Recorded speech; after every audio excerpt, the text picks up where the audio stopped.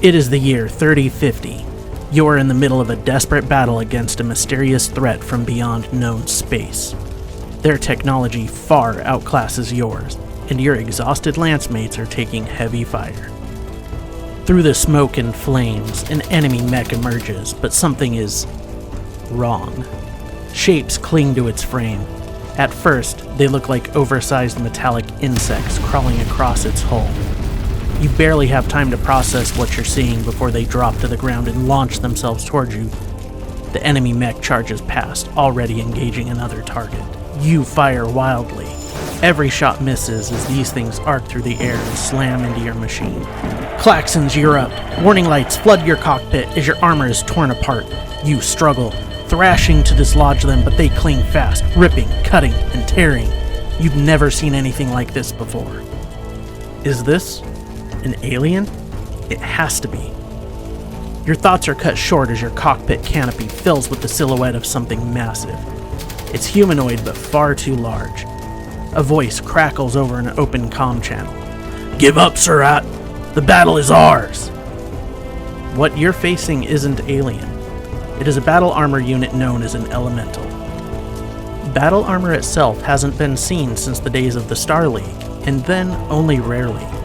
To the inner sphere, it is the stuff of legend, BattleTech. But these suits are something else entirely. Larger, heavier, and far more advanced than anything fielded centuries ago. And they require pilots to match. The warriors inside, also called elementals, are massive, purpose-bred soldiers engineered by the clan specifically to operate these machines.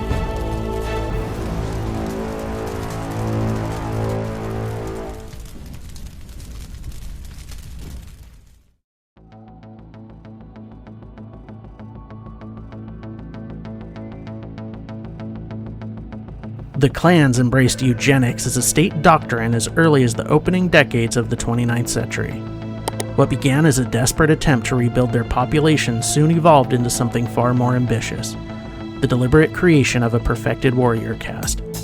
Like the harsh selective practices of ancient Sparta, where only the strongest were deemed worthy of citizenship, the clans sought to engineer strength, loyalty, and martial excellence directly into their people. Their solution was the Iron Womb. These artificial gestation chambers mostly replaced natural birth for the clan warrior elite. Within these sterile metal and glass cradles, clan geneticists combine the DNA of two honored genetic legacies: warriors whose battlefield achievements or physical traits had earned them a place in the clan's carefully guarded genetic libraries. From this limited but revered bloodline library, scientists attempted to distill what they believed to be the pinnacle of human potential. The result was the Trueborn. Unlike their freeborn counterparts, those conceived and born naturally, Trueborn warriors were raised from the beginning to believe they were the next step in human evolution. Their upbringing reinforced this belief. After decanting from the iron wombs, these children were immediately transferred to communal creches. There, individual identity was secondary to collective purpose.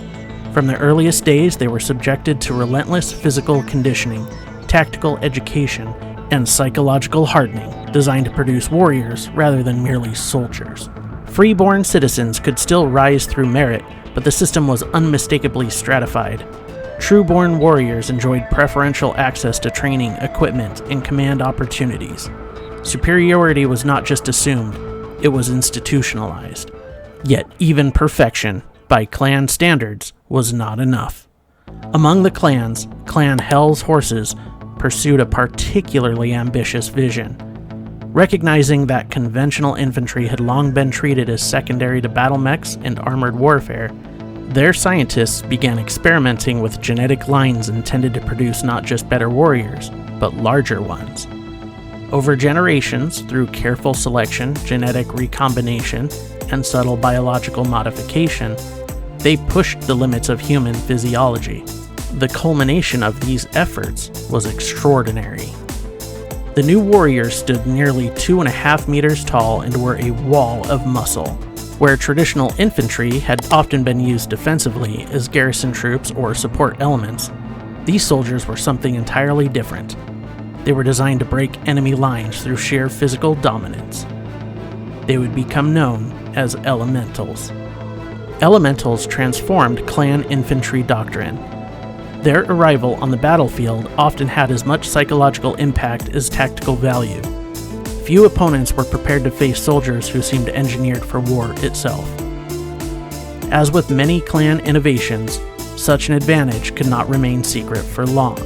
Through trials of possession, the ritualized conflicts through which clans competed for technology, resources, and even genetic material, the knowledge required to produce elementals spread.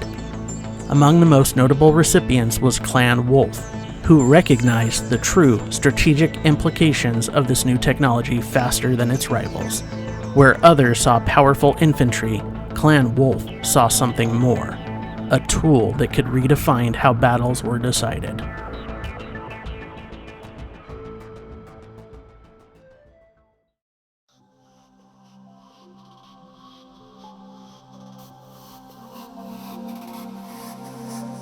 On the world of Dagda, Clan Goliath Scorpion developed a technological advance born from necessity. Seeking to exploit the vast mineral wealth hidden beneath the planet's crushing seas, their scientists engineered advanced pressurized diving suits capable of withstanding extreme depths while enhancing the strength and endurance of their operators. These diving suits allowed laborers to walk along the ocean floor like armored giants, harvesting resources previously thought unreachable. As with many clan innovations, it did not remain unnoticed. Observers from Clan Wolf quickly recognized that what Goliath Scorpion had created as an industrial tool possessed clear military potential. Through careful negotiation conducted by their merchant caste, Clan Wolf secured the technology in exchange for a significant concession, surrendering their rights to Dagda's oceanic treasures for the next 20 years. To many, this may have seemed an excessive price. To Clan Wolf, it was an investment.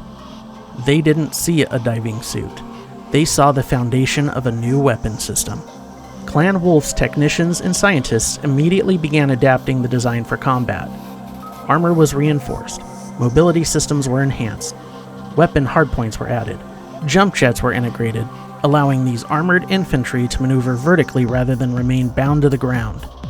Drawing on advances made during the development of the Omnimech, namely its ability to adapt to shifting weight, engineers also devised ways for these new suits of battle armor to be carried directly into combat zones, allowing them to deploy alongside frontline assault forces. Numerous variants were tested. Some were optimized for urban warfare, others for vacuum operations or extreme climates. Yet Clan Wolf ultimately chose practicality over specialization, standardizing a flexible design capable for operating effectively in nearly any environment. The resulting battle armor typically mounted a battle claw for physical attacks and boarding operations, an SRM-2, and a configurable secondary weapon such as a flamer, small laser, or machine gun, depending on mission requirements. Just as important was the integration of a recent technological breakthrough acquired from Clan Seafox, Hargel. This remarkable self-sealing compound could instantly plug armor breaches and even stabilize injured warriors inside the suit, dramatically improving battlefield survivability. The true test came in 2868. That year, Clan Novacat battled Clan Wolf in a trial of possession, fielding a star of light mechs in what many expected to be a conventional engagement. Instead, Clan Wolf answered with something unprecedented: 2 stars of their new battle armor infantry. The results shocked the Novacats. Rather than being swept aside as conventional infantry would have been, the armored warriors demonstrated terrifying effectiveness. Using their mobility, coordinated attacks, and anti-mech weaponry, they dismantled the Novacats' forces with ruthless efficiency. What had been expected to be a demonstration instead became a revelation. In a single trial, Clan Wolf proved that infantry, properly equipped, could once again become a decisive battlefield arm. Battle armor had arrived. Later that same year, Clan Wolf and Clan Hell's Horses conducted a series of trials and technology exchanges that would further refine this new form of warfare. Clan Wolf gained access to the Hell's Horses' genetically engineered elemental warriors, while Hell's Horses acquired the battle armor technology, the combination proving to be inevitable. Elementals, already towering figures of genetic engineering bred for strength and endurance, were perfectly suited to operate the heavy armored suits. Their enhanced physiques allowed them to push the battle armor far beyond the limits of normal operators, increasing both survivability and lethality. With these warriors inside them, the suits reached their full potential. From this union of genetic engineering and battlefield technology emerged one of the most feared infantry systems in clan history, the Elemental Battle Armor.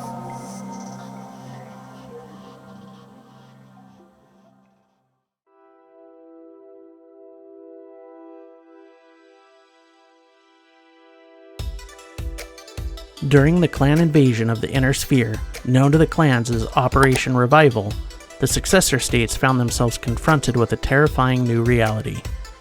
Among the many technological advantages the clans possessed, few were as psychologically disruptive as elemental battle armor.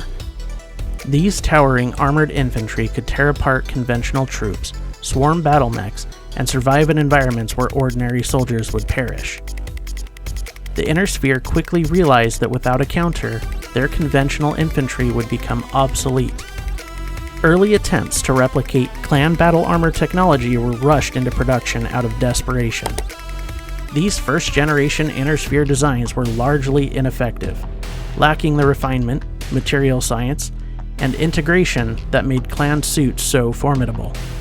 Many clan commanders initially dismissed these efforts as predictable but ultimately futile imitations, but that confidence would not last.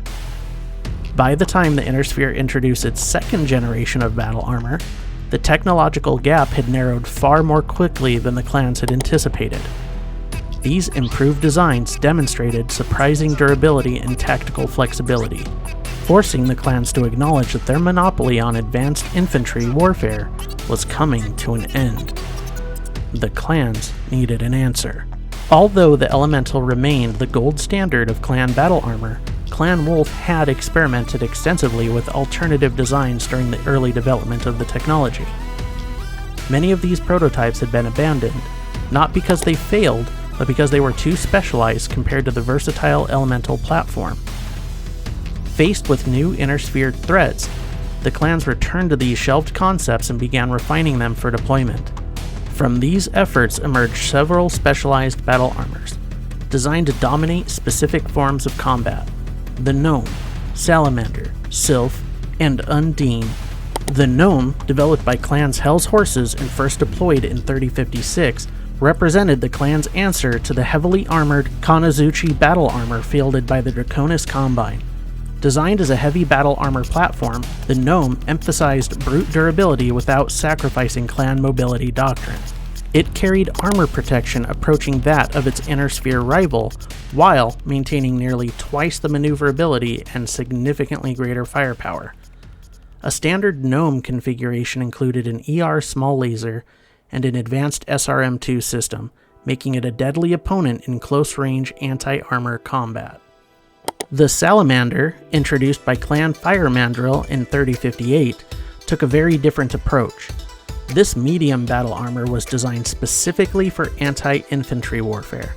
Its heat-resistant armor allowed it to operate effectively amid flames and industrial hazards, though this protection came at the cost of an overall armor thickness.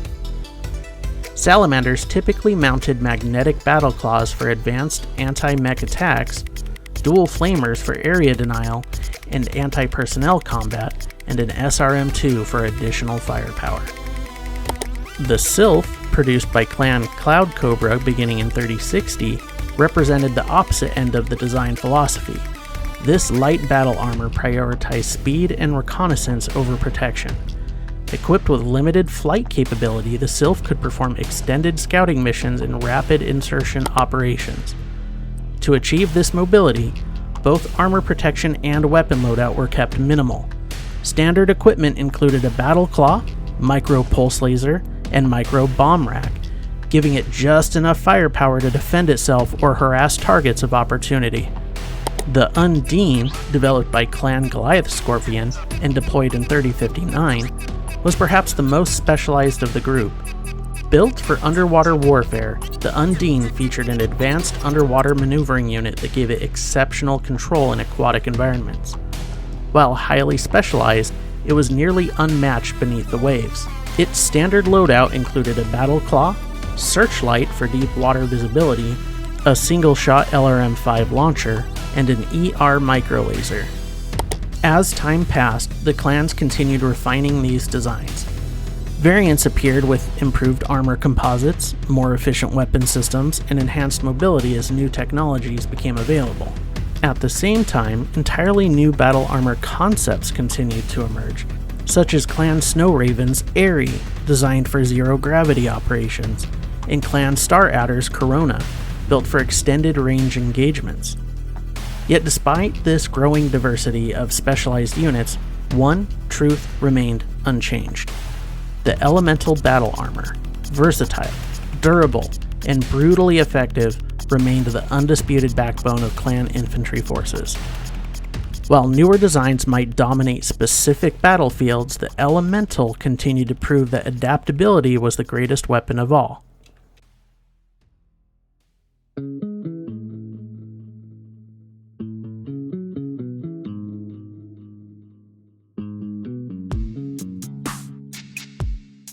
In the end, the terror of that first encounter from the intro was never really about the machine clinging to your mech. It was about what it represented. The elemental is not just a weapon, nor merely a soldier in advanced armor. It is the culmination of an entire philosophy, a being engineered for war, clad in a machine designed to amplify every advantage, deployed with a doctrine that values efficiency and adaptability.